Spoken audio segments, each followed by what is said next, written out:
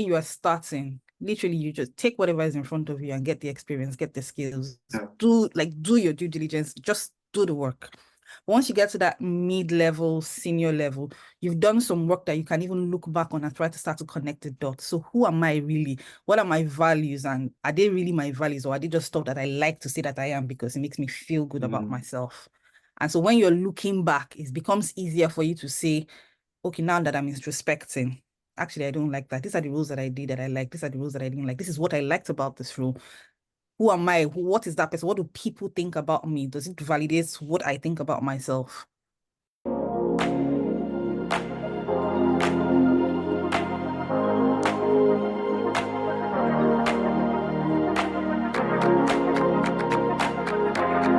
Hi, Chinwe. Good afternoon. Hi, Wilson. Good afternoon. I'm happy to be here. Finally, I'm sitting on Nice to your have you. podcast seat. Nice to have you join us today. And thank you for making Thank out you. time. I know it's a busy period for you as well. So really appreciate you making out time for this. Thank you. So Always happy to help. let's meet you. Yeah, Chinwe. Where's Chinwe? What's up with you? Chinwe is light.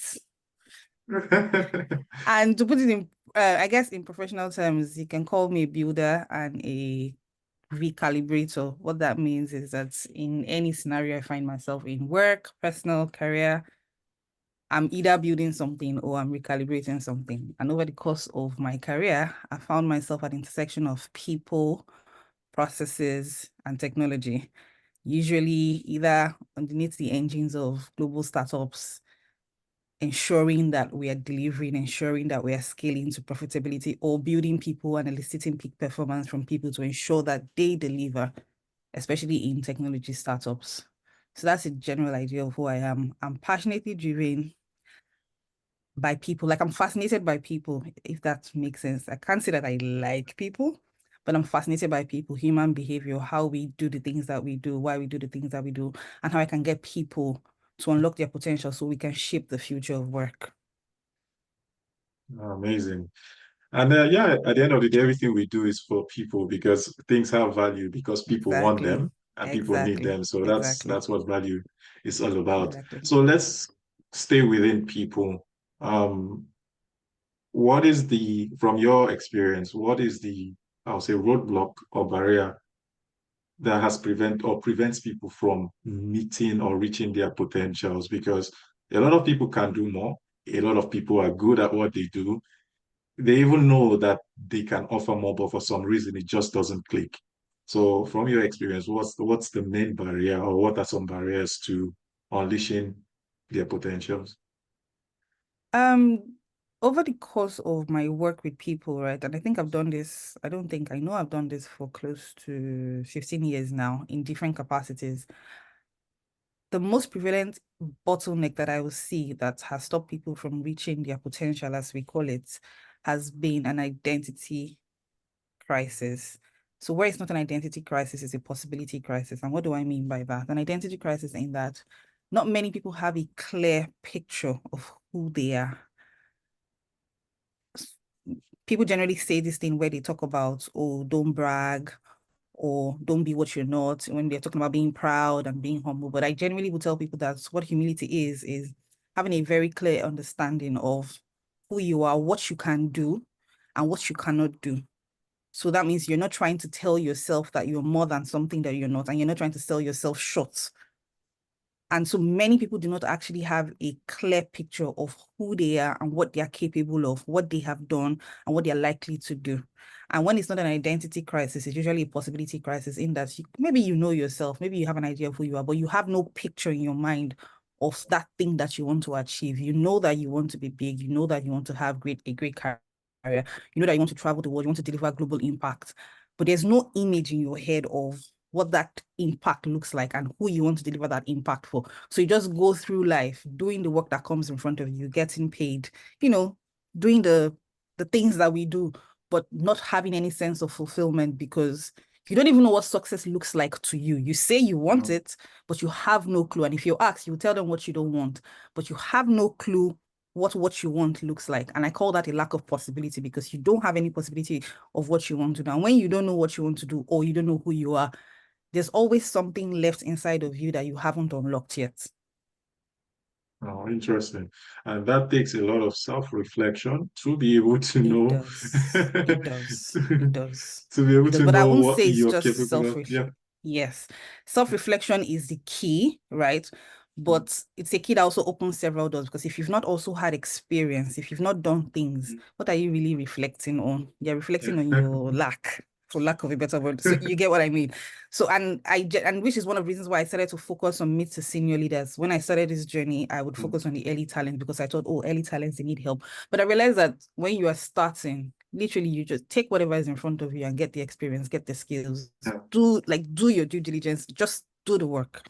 Once you get to that mid-level, senior level, you've done some work that you can even look back on and try to start to connect the dots. So who am I really? What are my values? And are they really my values, or are they just stuff that I like to say that I am because it makes me feel good about Mm, myself? And so when you're looking back, it becomes easier for you to say, okay, now that I'm introspecting, actually, I don't like that. These are the rules that I did that I like. These are the rules that I didn't like. This is what I liked about this rule. Who am I? What is that person? What do people think about me? Does it validate what I think about myself? yeah. Who's out there that is doing something that I want to do?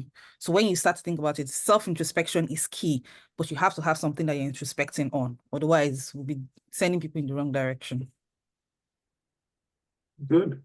And just like you said, maybe early career, focus on really building your skills.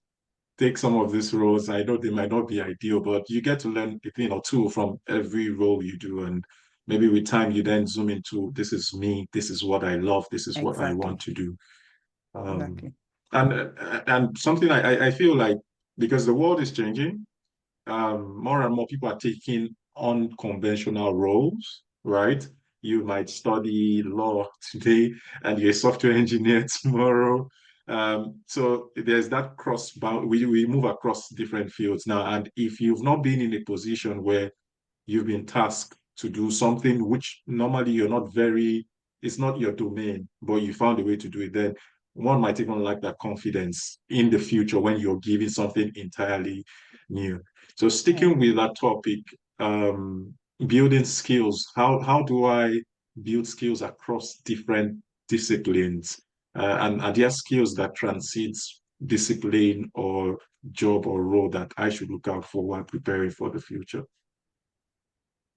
Yes, I like that question actually. It's not one that I'm really asked. People just say, what skills should I build? But you don't look beneath the what skills should I build? Yeah. And this is why I like it, right? I've been over, I've been able to break it down into three things. There's skills, and I call that skill sets. And then there is your mindset, and then there is your toolkit. And these are three things that you need to scale any digital, any era, let me put it like that, or any age. You know how we have the industrial age, the digital age, and all of that. These are the three things that we use. People tend to use the things that fall in this bracket interchangeably, but they're not the same thing. You can learn, under the skill set box, you have technical skills, you have soft skills, and all of that, but you have toolkits. And so in this era, this really, I don't, it's literally a crux between digital era and what would I call it now? We've crossed information and we've gone into digitization, and Yeah. we are fast moving away from that into maybe the augmented era of half robotic, half human. But that's Yeah. just my personal opinion. But as we embrace this era, right, and because it's so rapidly accelerating, you don't really have the time to sit and say, okay, let me learn this for 1 year. Because by the time you finish learning A for 1 year, nobody needs A for 1 year. So it means that you have to move. So the first thing I would generally tell people is learn the things that you need for today, but also equip yourself for what you might need for tomorrow. Now, you don't know what tomorrow is going to say, but you can look at the trends. For example, we're in a world where right now, if you're not using AI in any way, you're already behind. You're literally in 2016 if you're not using AI today. And when I say using AI, I don't mean like you're going to go and design or build an AI, even if it's Build your just to own edit your model. Yeah. photos. Exactly. Even Yeah. if it's to edit your photos, even if it's to, edit or write the text for your emails, you need to start to learn how to use it because AI is not really going to change the world. It's the people who use AI that will change the world and may potentially take you out of work. And I also say that it's not a function of like, we're talking about AI now. It's not a function of, oh, AI is going to come and I won't have any jobs anymore. If you think about it in terms of some many years ago, there were people that were using typewriters. Yeah. and it was a big deal. They knew how to do commerce and shorthand and all those things. But now nobody cares. Everything is touchscreen. They were the big deal then. So that means that Yeah. whatever is coming, you need to be trend focused. And not trend focused in terms of the fads, but what's coming. How can I put myself in what is coming so that irrespective of how it changes, I'm fine. So that means that one of the most important skills, and I tend to put this under the mindset bracket, is Okay. that you need to have what I call learning agility, the ability to unlearn quickly, relearn, and move quickly. What that means is you might know something today, but if you're in a scenario, you're in a situation and you're saying that, oh, they need me to learn this, I don't know it. You need to know how to unlearn what you know and Yeah. quickly relearn that thing and learn that thing quickly. Me, because you can't spend too long in it. So how do you learn quickly? How do you assimilate quickly? You can't spend 1 year trying to do a master simply because they told you that there's AI. You now want to go and spend the next 12 months doing an AI master's. Do we even know what an AI master's would look like today? Because Yeah. you might go for an AI master's today, and in 3 years' time, masters in AI The looks very curriculum has different. changed. So what's the point? How can you learn quickly? So that means that you need to have what I call learning agility. And then beyond learning agility, you need to have what I call is the next step after learning agility, the ability to convert what you've learned to value very quickly. So your time to value has to be reducing as you scale. And this is very separate from project management, change management, coding, learning this stack. Those are like core skills. But the mind part is what is key now. How quickly can you learn? How quickly can you adapt to what is happening around you? So, okay, there's all sorts of stuff. How do you even know what you need to pick in terms of learning? So this is how I feel that people should sit down and break it down for themselves. Where is the world going to? In each of the sectors that the sectors don't particularly change. What changes is how they are used or how they are delivered or how it works. So what sector are you in? Are you looking to transition? If you're not looking to transition, so what will your sector look like in the next 10 years, in the next 20 years? How can you build a moat in that sector? And then you start to look at, okay, so what mindset do I need to have? You need to permanently be curious. Yeah. So between curiosity, learning agility, and communication, you will be fine.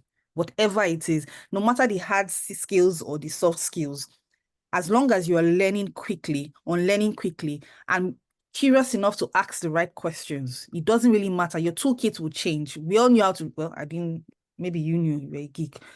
I'm sure you learned shorthand, all the shorthand that we did back then in GS3. Maybe you Try learned to, it. but Okay. So it didn't okay. work. Some people were very good at it. Some people were very good at, okay, I can write, I can type in 1 minute. Nobody needs all of that anymore.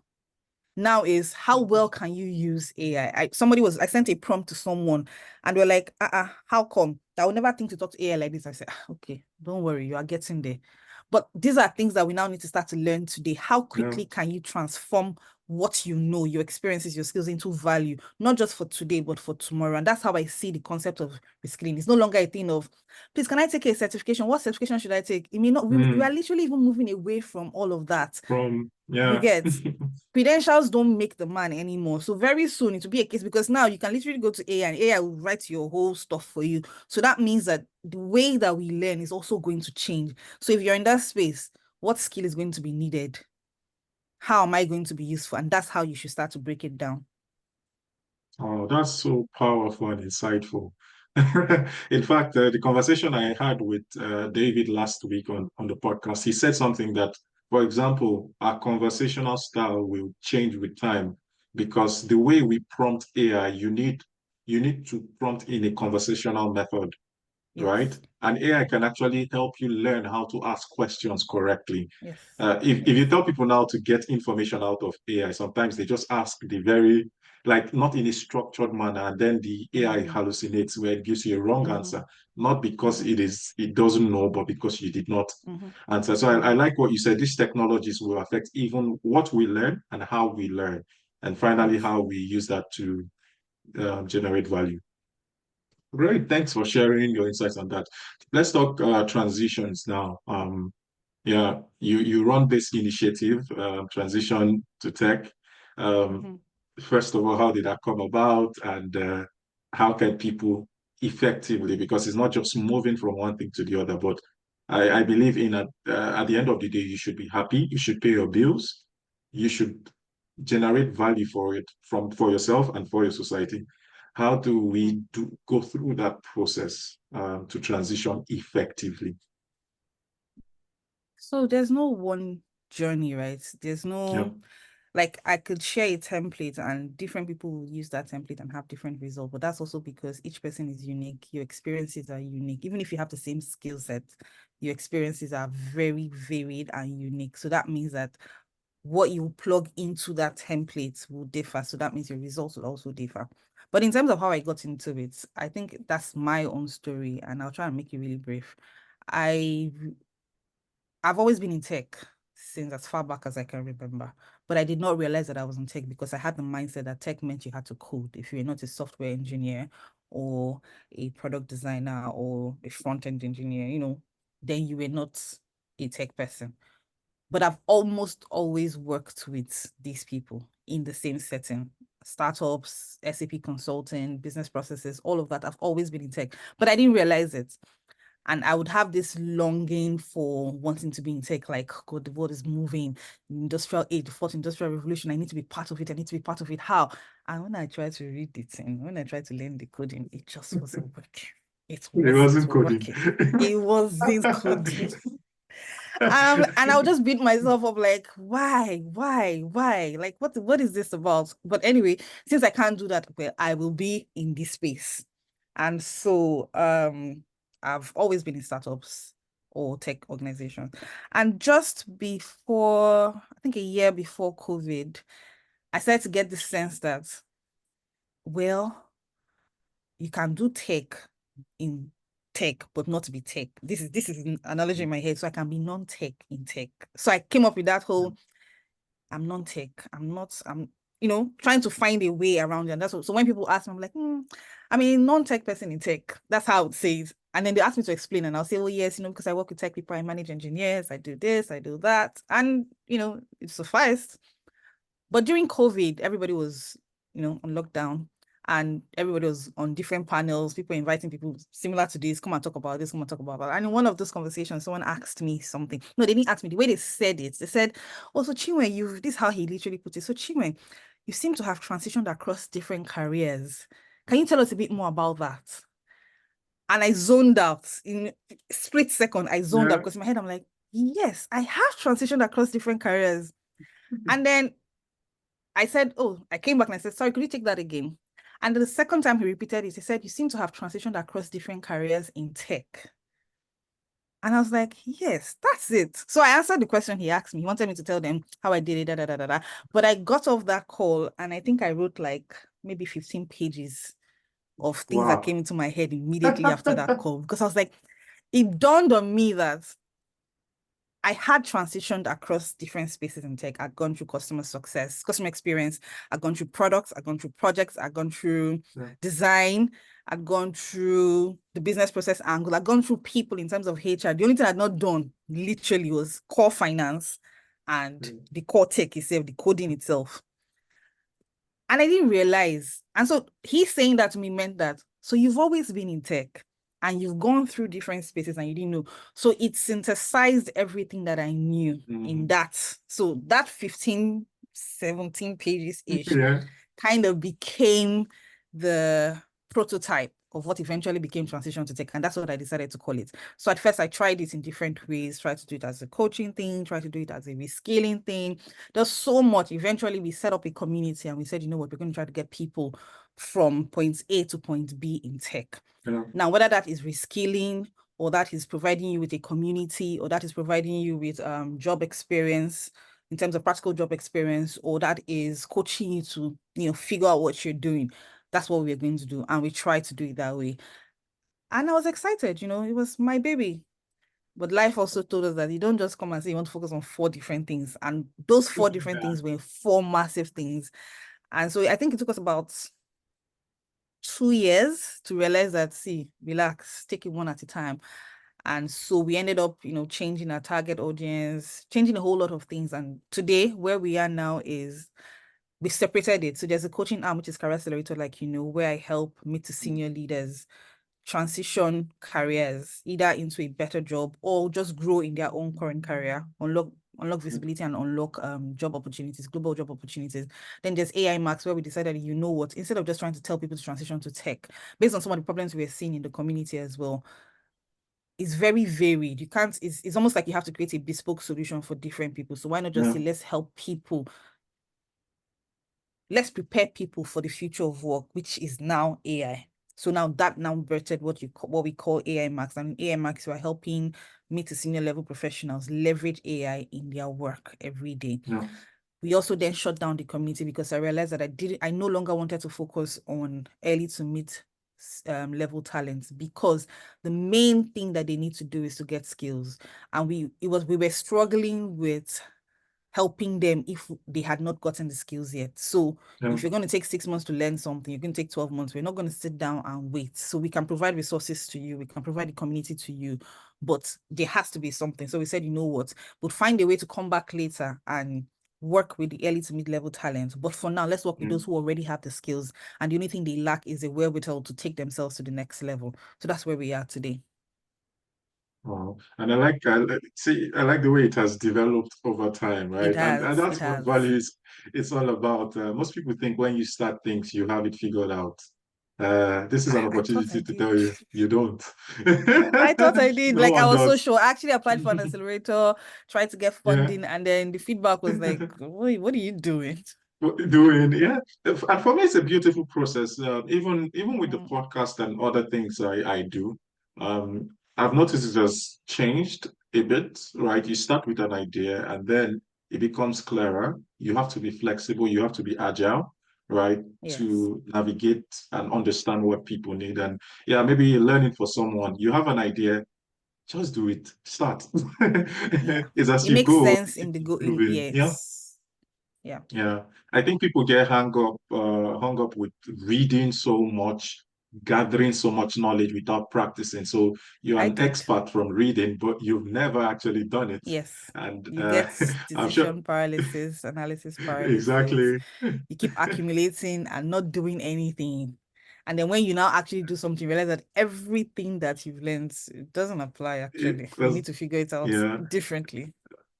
I'm currently with a group of people, and we just more or less we call ourselves doers, right? You have an idea, test it, right? Nobody's saying be careless about it, but it gets better, Mm, you become better when you actually do, right? And that's mm-hmm. where you need that community of like-minded people to always come in. Um, Yeah. okay, so in terms of reskilling and maybe just a little bit around mindsets, I think it's not very easy to unlearn, right? It takes a lot. It takes a lot, actually. Not just even with work in life generally. The ability to see that I need to unlearn this. How do people go about that? Because to unlearn, like I said, I don't think it's an easy process.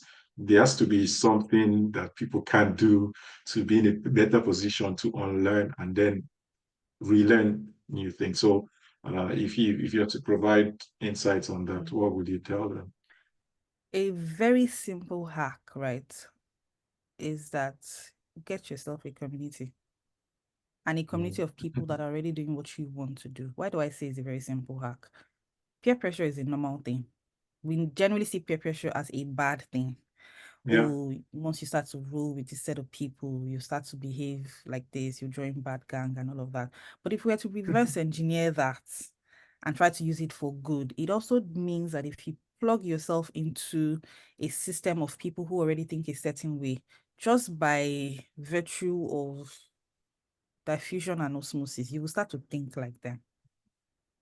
It's like you just said, you're in a group of people who call yourself doer. So you didn't just plug yourself into a thing.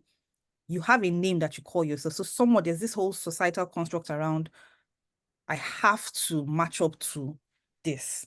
So if something comes up, because there's the community also provides a level of accountability in terms of what are you going to do, how are you going to do it, you start to actually change your behavior, not necessarily because you want to, but because everybody's doing it. Let me just do it.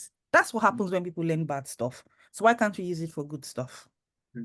And I'm saying it's just a whole lot of other things I can tell you. Get a coach, talk to a mindset therapist, read a book. Sometimes we can do all these things, and after doing it, we'll slide back into where we're coming from, or we know it as head knowledge.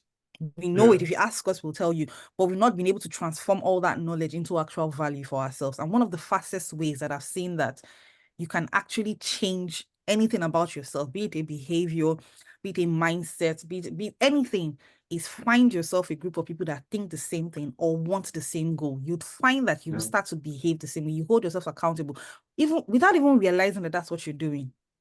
If you now go the extra mile to give yourself a name, give yourself a set of guidelines, The you lines, start to yeah. want to live up to that. And by doing that, you increase your baseline. That's the simplest hack that I've seen that works. So I always try to introduce a community aspect to everything that I'm doing.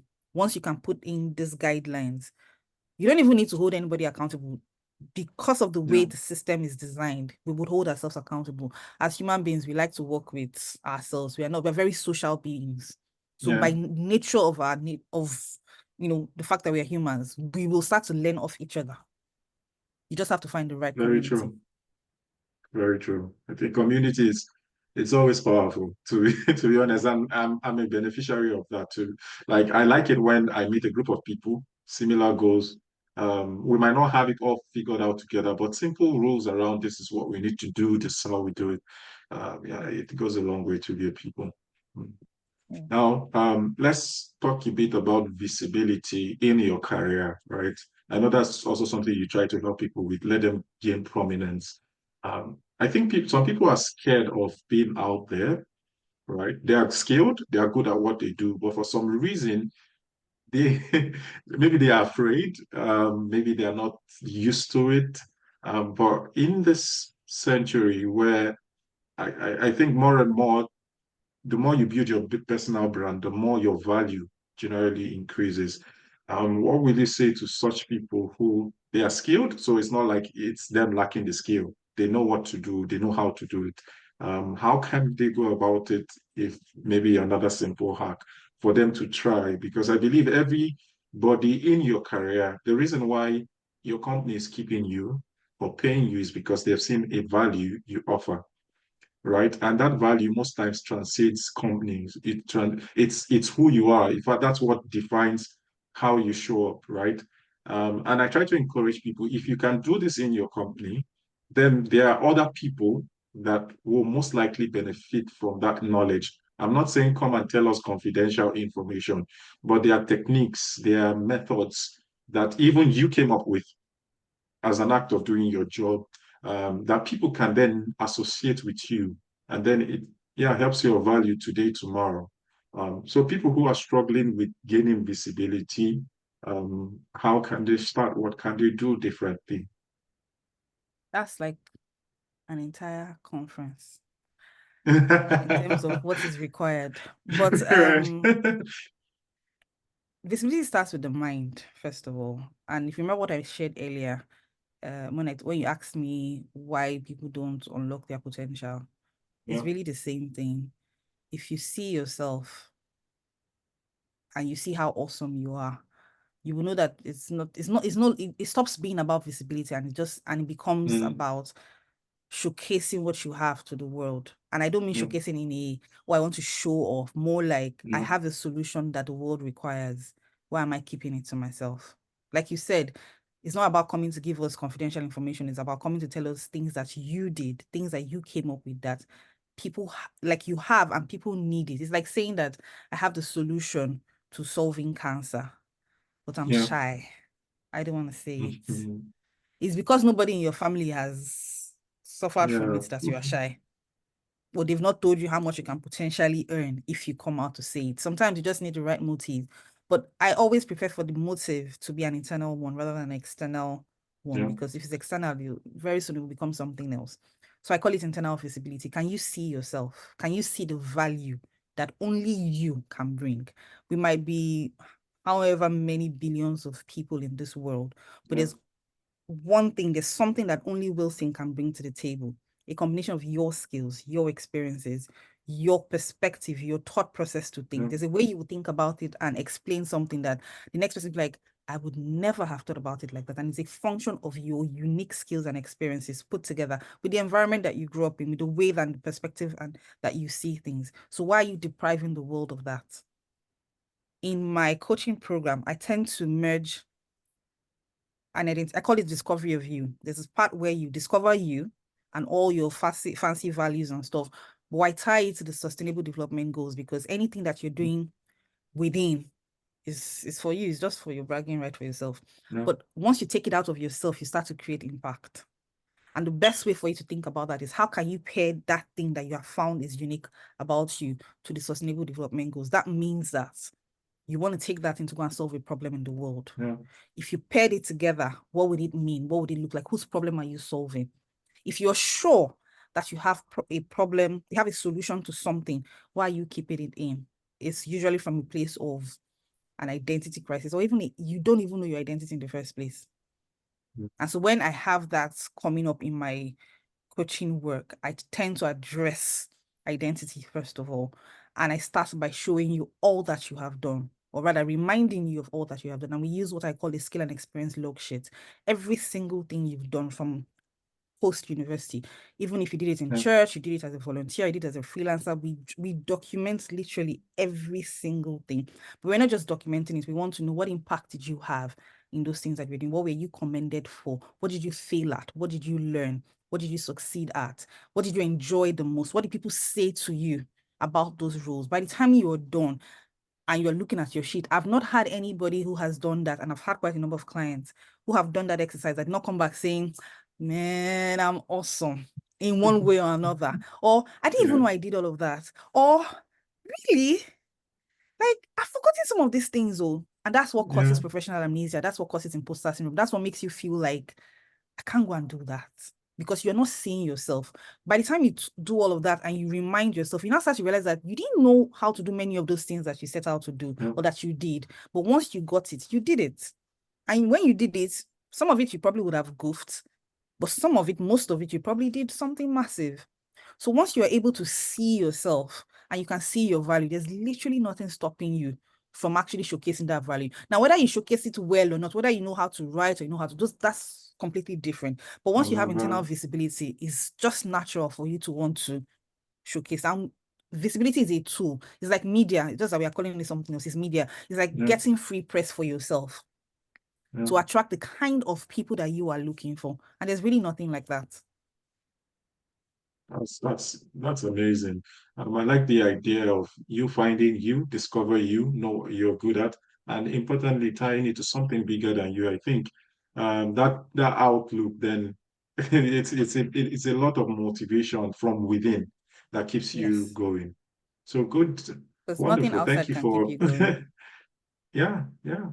And I hope our listeners they will use this because it's very profound. It's simple but very rich, very profound. So thank you for sharing. Yeah. You're welcome, So and thank you for we're having me, Wilson. no, thank you for making our time and sharing your knowledge for free. Normally, I should pay for a one-on-one counseling session to hear some of this. Of course, yeah. So how can people reach you? Yeah, if they want to Uh, relate with your work, how can they get hold of it? Okay, I'm very available on LinkedIn. So even if I don't respond, I have an SLA of 24 to 48 hours. Even if I don't respond immediately, I will definitely respond within 48 hours on LinkedIn. Either through my name is Chinwe Nnadi, so you can always find me there. And anything else that you're looking for, you can reach out to me through there. I generally look out for mid to senior leaders who are either looking to unlock visibility or global job opportunities, or those who are looking to leverage AI in their place of work. So those are the kind of people I'll be willing to listen to, by the way. Okay. So please feel free to reach out to her. And thank you once again for making our time for this. To our listeners, enjoy the rest of your day and use what she has said. If you don't understand it, reach out to her. She'll explain again. Yes, I will Brilliant. actually. Thank If you you. tell me that you're from Wilson, I will definitely respond because it means that we've engaged already before. All right. Thank Thank you. you, And Wilson. take care. Yeah. Yeah. Bye. Okay.